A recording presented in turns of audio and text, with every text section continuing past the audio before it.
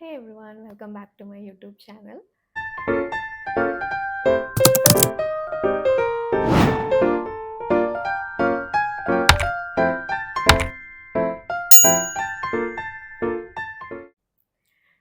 Welcome back to my YouTube channel. ഇത്തവണയും കുറേ നാൾ കൂടിയിട്ടാണ് ഞാൻ വീഡിയോ ഇടുന്നത്. ആക്ച്വലി എനിക്ക് വീഡിയോ ഇടണമെന്നുണ്ട്.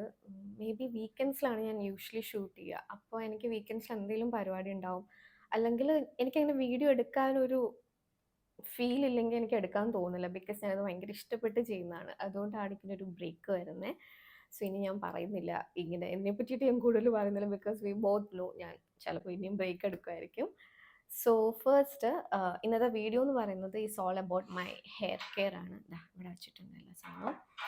അപ്പോൾ ഹെയർ കെയർ എന്ന് പറയുമ്പോൾ എൻ്റെ ഒരു റുട്ടീനിലേക്ക് ഞാൻ വരുന്നതിനെക്കാട്ടി മുന്നേ എനിക്ക് കുറച്ച് കാര്യങ്ങൾ പറയാനുണ്ട്.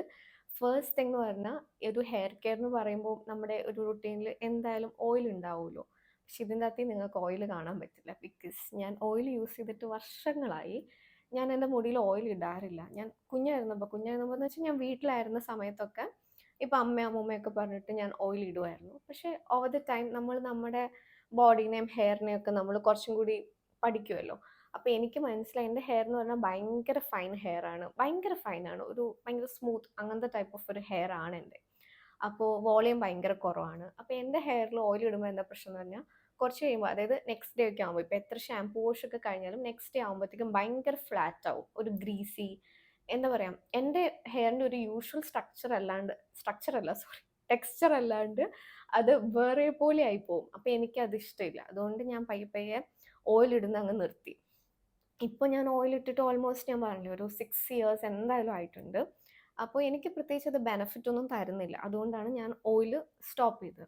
But this is not a video that asks you to stop ഓയിലിങ് യുവർ ഹെയർ. അങ്ങനെയല്ല. ഇറ്റ്സ് ബിക്കോസ് ഞാനിപ്പോൾ ഇതിൻ്റെ അകത്ത് ഒരു റുട്ടീൻ കാണിക്കുമ്പോൾ നിങ്ങൾ വിചാരിക്കരുത് എന്താ ഞാൻ ഓയിൽ പറയാത്തതെന്ന്. സോ അതിന് വേണ്ടിയിട്ടാണ് ഞാനിത് പറഞ്ഞത്. I know oil works wonders for many of you. അപ്പോൾ അങ്ങനെയുള്ളവർക്ക് അതിടാം. ബിക്കോസ് എനിക്ക് തോന്നുന്നു ഓയിൽ കൂടുതലും വർക്ക് ചെയ്യുന്നത് കുറച്ച് ഫ്രിസി ആയിട്ടുള്ള ഹെയർ, അല്ലെങ്കിൽ നല്ല വോളിയം ഉള്ള ഹെയർ, അല്ലെങ്കിൽ ഇപ്പോൾ എന്താ ഓയിൽ മസാജിന്, അല്ലെങ്കിൽ ഇപ്പോൾ ഈ ഹെയർ വാഷ് പല ആൾക്കാരും പല ഇൻ്റർവെല്ലിലായിരിക്കും ചെയ്യുന്നത്.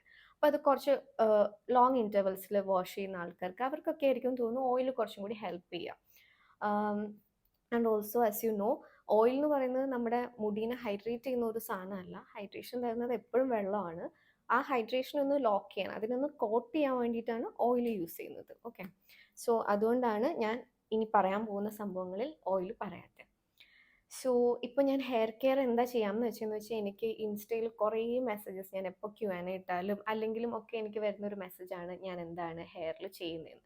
അപ്പോൾ ഞാൻ വിചാരിച്ചു ഇന്ന് യൂട്യൂബ് വീഡിയോ ആയിട്ട് അതിനെപ്പറ്റി പറയാം. So let's get started. Okay, so first thing എന്ന് പറയുന്നത് ഷാംപൂ ആണ്. അപ്പോൾ ഓൾസോ ഞാൻ മുടി വാഷ് ചെയ്യുന്നത്, എൻ്റെ ഹെയർ ഞാൻ വാഷ് ചെയ്യുന്നത് വൺസ് ഇൻ 2 days ആണ്. അതായത് ഇപ്പോൾ ഞാൻ മൺഡേ വാഷ് ചെയ്താൽ ട്യൂസ്ഡേ വാഷ് ചെയ്യൂല, വെനസ്ഡേ വാഷ് ചെയ്യും, അങ്ങനെ. അപ്പോൾ വൺസ് ഇൻ 2 days അല്ലേ, അങ്ങനെയാണ് ഞാൻ വാഷ് ചെയ്യുന്നത്. അപ്പോൾ ഞാൻ ഈ റെഗുലർ 2 days കൂടുമ്പോൾ വാഷ് ചെയ്യുമ്പോൾ ഞാൻ യൂസ് ചെയ്യുന്നത് ഈ ഷാംപൂ ആണ്. ഇത് എന്നെ അറിയുന്ന എല്ലാവർക്കും അറിയായിരിക്കും. യെസ്, ഈ ഒരു ഷാംപൂ ഞാൻ ഒരു 6 years എന്തോ ആയി ഞാൻ യൂസ് ചെയ്യാൻ തുടങ്ങിയിട്ട്. അപ്പോൾ ഇത് ഞാൻ കുറേ പേർക്ക് പറഞ്ഞു കൊടുത്തിട്ടുള്ളൊരു ഷാംപൂ ആണ്. ഇത് ഹെർബൽ എസൻസിൻ്റെ റിപ്പയർ കളക്ഷനിൽ വരുന്ന ആർഗൻ ഓയിൽ ഓഫ് മൊറോക്കോ, അങ്ങനെയാണ് ഈ ഷാംപൂവിൻ്റെ പേര്. ഹെർബൽ എസൻസിന് പല വേരിയൻസ് ഉണ്ടെന്ന് തോന്നുന്നു, പല കളക്ഷൻസ് ഉണ്ട് അവർക്ക് ഷാംപൂ.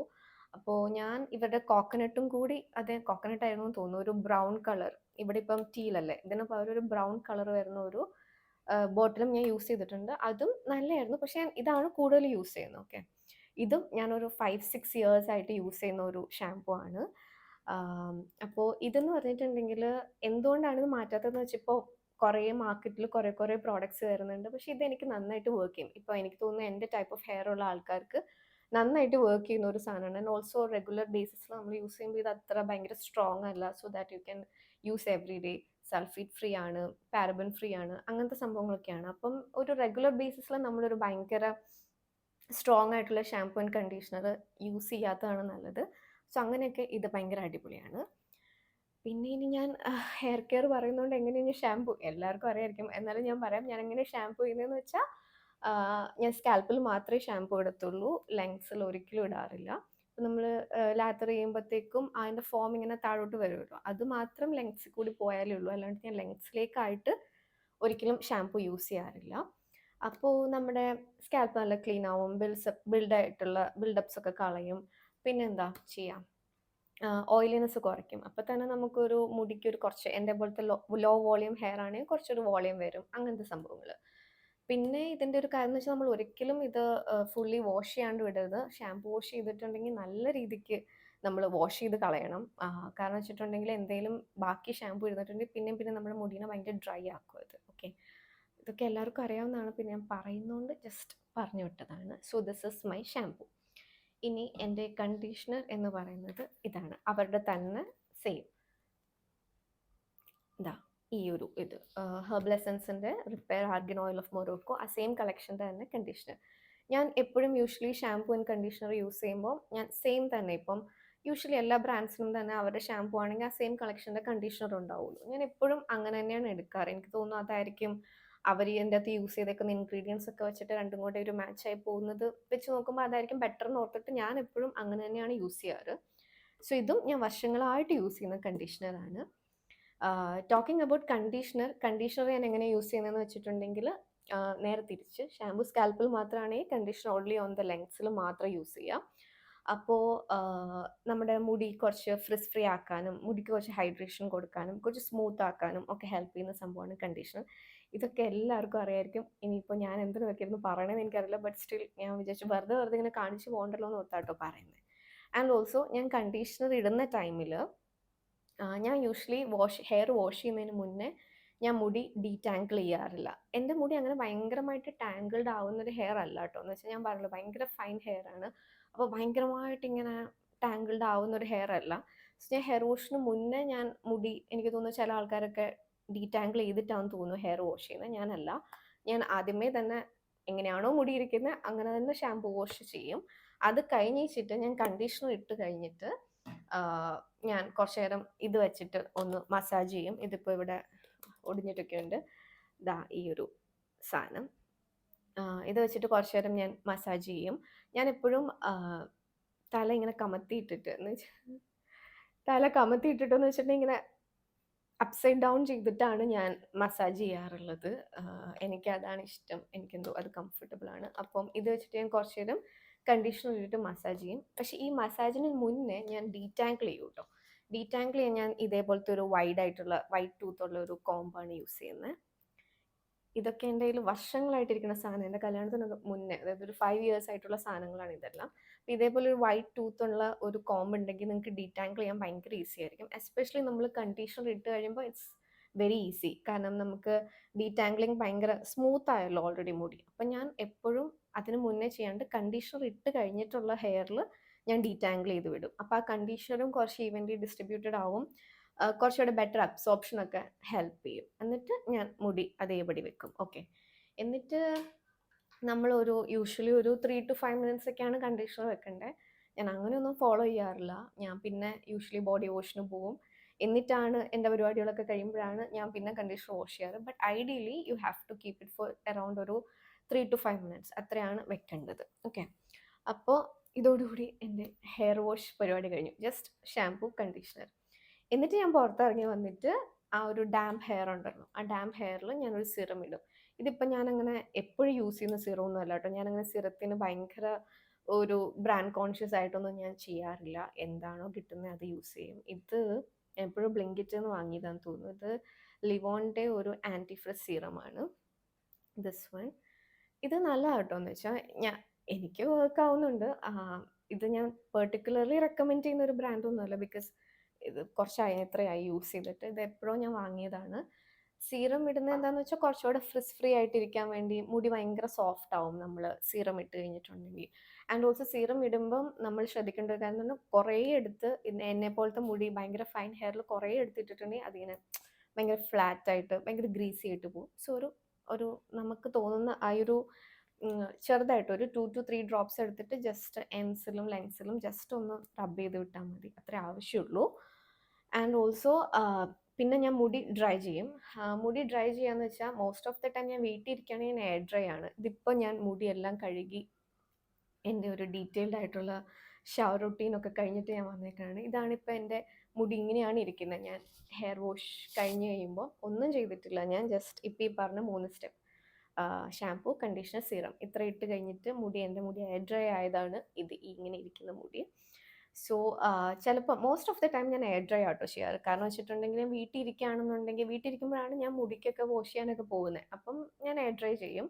ഇനി ഇല്ല എനിക്ക് അപ്പം തന്നെ എപ്പോഴേലും പുറത്തേക്ക് പോകണം എന്നുണ്ടെങ്കിൽ ഞാൻ മറ്റേ ബ്ലോ ഡ്രൈ ചെയ്യും.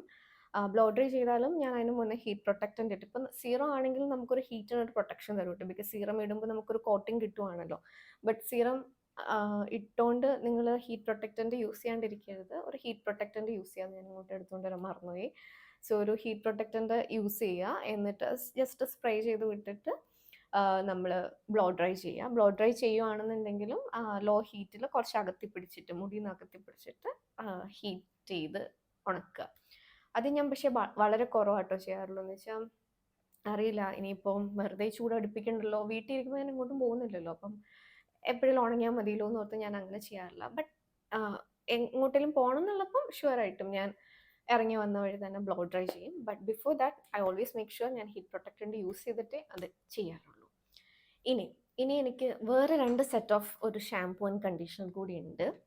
ടോക്കിംഗ് അബൌട്ട് ദസ്, ഞാൻ പറഞ്ഞല്ലോ ഞാനൊരു 2 ഡേയ്സിൽ വൺസ് ആണ് ഷാംപൂ ചെയ്യുന്നതെന്ന്. അപ്പം അങ്ങനെ ഇങ്ങനെ റെഗുലർ, അതൊരു കുറച്ചൊരു റെഗുലർ ഇൻ്റർവെൽ ആണല്ലോ, അങ്ങനെ വലിയൊരു ഗ്യാപ്പ് ഞാൻ എടുക്കുന്നില്ലല്ലോ. അപ്പോൾ അത് റെഗുലർ സംഭവത്തിന് അടിപൊളിയാണ്. പക്ഷെ ഞാൻ വൺസ് ഇൻ എ വീക്ക്, ഒരു വീക്ക്ലി ഒരു റൊട്ടീൻ എന്നുള്ള പോലെ ഞാൻ ഈ ലോറിയലിൻ്റെ ഫോക്കസ് ഈ ഒരു ഷാംപൂ യൂസ് ചെയ്യാറുണ്ട്. ഇത് ലോറിയലിൻ്റെ അബ്സല്യൂട്ട് റിപ്പയർ എന്ന് പറഞ്ഞിട്ടുള്ള ഒരു കളക്ഷൻ, ഭയങ്കര ഫേമസ് ആണ്. ഐ തിങ്ക് എല്ലാവർക്കും അറിയായിരിക്കും. അപ്പോൾ ഇവർക്കും കുറേ ഉണ്ട്. എനിക്ക് ഭയങ്കര കൺഫ്യൂഷൻ ആയിരുന്നു. എൻ്റെ മുടി കളേർഡ് ആയതുകൊണ്ട് ഒരു കളർ പ്രൊട്ടക്റ്റൻറ്റിൻ്റെ ഒരു വേരിയൻറ്റും കൂടി, ഇവർക്ക് കുറേ വേരിയൻസ് ഉണ്ട് കേട്ടോ. ഇതിപ്പം റിപ്പയർ ആണ്, പിന്നെ ആൻറ്റി ഫ്രിസ്, കളേർഡ് ഹെയറിനുള്ളത്, സ്മൂത്ത്, വോളിയം, അങ്ങനെ കുറേ ഉണ്ട് തോന്നുന്നു.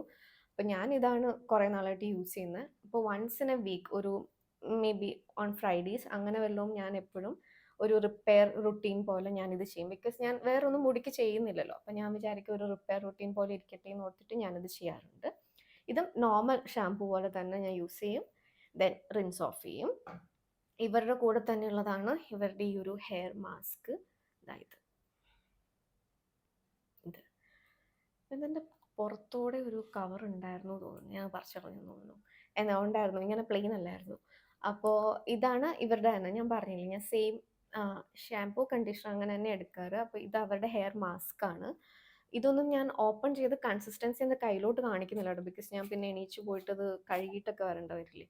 ഇതിങ്ങനെ ഒരു സാധനമാണ്.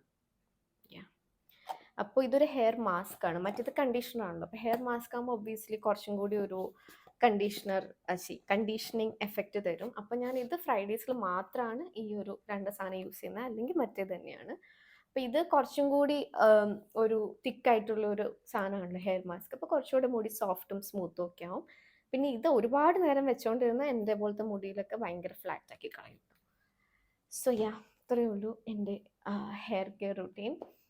സോ ഐ ഹോപ്പ് ഞാൻ പറഞ്ഞിട്ടുണ്ടെന്ന്. എനിക്ക് കുറേ തവണ ഇങ്ങനെ ക്വസ്റ്റ്യൻ വരുമ്പോൾ ഞാൻ വിചാരിക്കും ഇത് പറയാമെന്നെങ്കിലും എന്ന്. പിന്നെ എനിക്ക് വരുന്നൊരു ക്വസ്റ്റ്യനാണ്, ഞാൻ എന്തെങ്കിലും ട്രീറ്റ്മെൻറ്റ് ഹെയറിൽ ചെയ്തിട്ടുണ്ടോയെന്ന്. ഇല്ല, ഞാൻ ഒരു ട്രീറ്റ്മെൻറ്റും ഹെയറിൽ ചെയ്തിട്ടില്ല. നോ സ്മൂത്തനിങ്, കെരാറ്റിൻ, ബോട്ടോക്സ് ഒന്നും ഞാൻ ചെയ്തിട്ടില്ല. ഞാൻ എനിക്ക് തോന്നുന്നു ഒരു 2016 ടൈമിൽ ഭയങ്കര ട്രെൻഡായിരുന്നു ഈ ഒരു ക്രൗൺ പോർഷൻ മാത്രം സ്മൂത്തൻ ചെയ്യുന്ന സാധനം. എനിക്ക് പറയുമ്പോൾ തന്നെ ചിരി വരുന്ന എൻ്റെ അന്നത്തെ കോലം ഓർത്തിട്ട്. അപ്പം എനിക്കത് ആ സമയത്ത് എനിക്ക് ഒരു ആവശ്യമില്ല, പക്ഷെ അത് എല്ലാവരും കോളേജിലൊക്കെ ചെയ്യുന്നതുകൊണ്ട് എനിക്കും ചെയ്യണമെന്ന് തോന്നിയിട്ട് ഈ ഒരു ക്രൗൺ ഏരിയ മാത്രം, ക്രൗൺ എന്ന് പറയുമ്പോൾ ഇത്രയൊരു മുടി മാത്രം, ഈ ഫ്രണ്ടിലുള്ള നമ്മൾ ഫ്രിഞ്ചസ് ആയിട്ട് കട്ട് ചെയ്ത് വിടൂലേ, അത് മാത്രം ഞാൻ പോയി സ്മൂത്തൻ ചെയ്തു. അതോടുകൂടി ഞാൻ ആ പരിപാടി നിർത്തി. ബിക്കോസ് എനിക്കത് ഒട്ടും വർക്കായില്ല. ഒന്നാമത് ഭയങ്കര ഫ്ലാറ്റ് ആയിപ്പോയി. പിന്നെ അത് കുറച്ച് കഴിഞ്ഞിട്ട് അതിൻ്റെ ഒരു ആക്ച്വൽ എഫക്റ്റ് പോയി കഴിയുമ്പോഴത്തേക്കും ഇങ്ങനെ ഭയങ്കര വൃത്തികേടായിരുന്നു. പിന്നെ അങ്ങനത്തെ ഒന്നും ഞാൻ ചെയ്തിട്ടില്ല. സോ ഇപ്പോൾ ഒരു 10 years ആയിട്ട് അത് ആകെപ്പാട് ഒരു തവണ ചെയ്തുള്ളൂ കേട്ടോ, അതും ഫ്രണ്ടിൽ മാത്രം. അതല്ലാണ്ട് ഞാൻ മുടിയിൽ ഇപ്പോൾ ഒന്നും ചെയ്തിട്ടില്ല. പിന്നെ ഞാൻ കളർ ചെയ്തിട്ടുണ്ട്. ഞാൻ ഒരു വർഷത്തിൽ 2 times മുടി കട്ട് ചെയ്യും. വർഷത്തിൽ ഒരു തവണ ഞാൻ എപ്പോഴും ഹെയർ കളർ ചെയ്യാറുണ്ട്. ഹെയർ കളറിങ് ഞാനിപ്പം ഫസ്റ്റ് എനിക്ക് തോന്നുന്നു 2015 ചെയ്തു തോന്നുന്നു, ഓർ 2016. ഇപ്പോൾ ഒരു 10 വർഷമായിട്ട് എന്തായാലും എൻ്റെ മുടി എല്ലാ വർഷവും കളേർഡ് ആയിക്കൊണ്ടിരിക്കുന്ന ഹെയർ ആണ്. അപ്പം അതിലും എനിക്കൊരു ക്വസ്റ്റ്യൻ വരാറുണ്ട്, ഹെയർ ഇങ്ങനെ എല്ലാ വർഷവും കളർ ചെയ്യുന്നുണ്ട്, ഡ്രൈ ആവുന്നുണ്ടോ, എന്തെങ്കിലും പ്രോബ്ലം ഉണ്ടോ എന്നൊക്കെ. എനിക്കങ്ങനെ ഇതുവരെ ഒരു പ്രോബ്ലം ഫേസ് ചെയ്തിട്ടില്ല. ഞാൻ just because I got it coloured എനിക്കൊരു പ്രശ്നം അങ്ങനെ വന്നിട്ടില്ല. ഉം, എല്ലാ വർഷവും കഴിഞ്ഞ 10 വർഷമായിട്ട് ഞാൻ എല്ലാ വർഷവും കണ്ടിന്യൂസ്ലി ഹെയർ കളർ ചെയ്യുന്നുണ്ട്. ആൻഡ് ഓൾസോ ഇത് ഗ്ലോബലാണ്, ബാലയാഷാണ് ചെയ്തേക്കുന്നത്. അപ്പം എനിക്കങ്ങനെ ഒരു ഡ്രൈ ആവുന്ന പോലെയൊന്നും തോന്നിയിട്ടില്ല. പിന്നെ എനിക്ക് തോന്നുന്നത് ഞാൻ കൺസിസ്റ്റൻ്റ് ആയിട്ട് ഫോളോ ചെയ്യുന്ന ഒരു റൊട്ടീനാണിത്. Even though I don't do too much, ഈ ചെയ്യുന്ന കാര്യങ്ങൾ ഞാൻ നല്ല വൃത്തിക്ക് വർഷങ്ങളായിട്ട് എപ്പോഴും ചെയ്യുന്നതാണ്. അതുകൊണ്ടായിരിക്കും ചിലപ്പോൾ ഡ്രൈ ഒന്നും ആവുന്നില്ല ഹെയർ. അതുകൊണ്ടായിരിക്കും അങ്ങനെ മുടി പൊട്ടിപ്പോവാത്തതും, മുടി അങ്ങനെയൊന്നും എനിക്ക് തോന്നിയിട്ടില്ല കേട്ടോ. പിന്നെ വൺസ് ഇൻ എ വൈൽ ഒരു 2 മന്ത്സ് 3 മന്ത്സ് ഒക്കെ കൂടുമ്പം ഇടയ്ക്ക് ഞാൻ ഹെയർ സ്പാ ചെയ്യാനും പോവാറുണ്ട്. ഇതാണ് എൻ്റെ ഒരു ഹെയർ കെയർ റുട്ടീൻ എന്ന് പറയുന്നത്. So I hope I answered all of your questions and also ഇത് ക്ലിയർ ആയെന്ന് ഞാൻ വിശ്വസിക്കുന്നു. സോ ഇതിൻ്റെ എന്തിൻ്റെയും ലിങ്ക്സ് നിങ്ങൾക്ക് വേണമെന്നുണ്ടെങ്കിൽ ഞാൻ താഴെ ഡിസ്ക്രിപ്ഷൻ ബോക്സിൽ കൊടുക്കാം. So that's it. Thank you for watching. So see you next time. By.